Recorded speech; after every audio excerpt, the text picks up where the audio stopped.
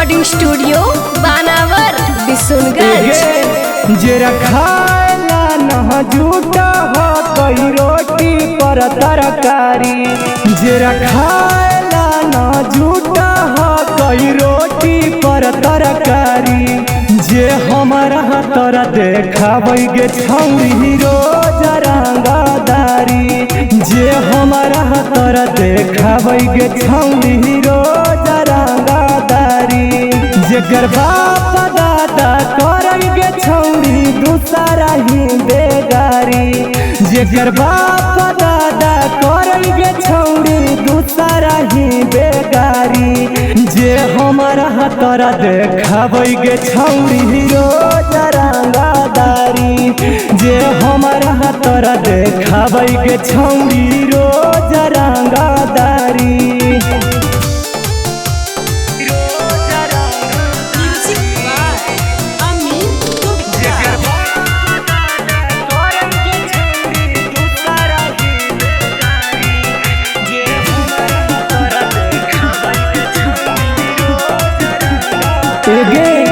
आगे सर्किल भले चेंज कैली है गे, बाकी चलबे लगोली न भूलैली है गे, अभी वही रंग है गे।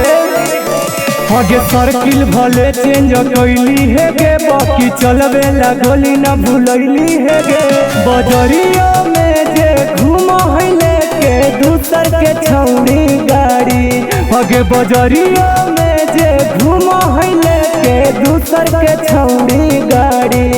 जे हमारा तोरा देखाबा है छौरी रोज रंगदारी, जे हमारा तोरा देखाबा है छौरी रोज रंगदारी।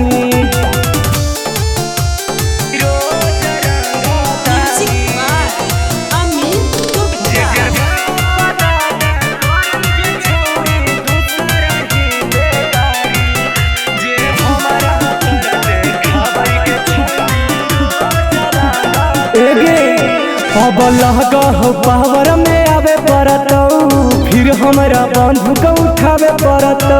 आगे भुला न गेली गे, आगे लहगा हो पावर में आवे पड़तौ, फिर हमरा बंधु को उठावे पड़तौ। आगे सोनू सिंगर तर बन के पहिले रहलै भिखारी, आगे सूरज सुपर तर बन के पहिले रहलै भिखारी।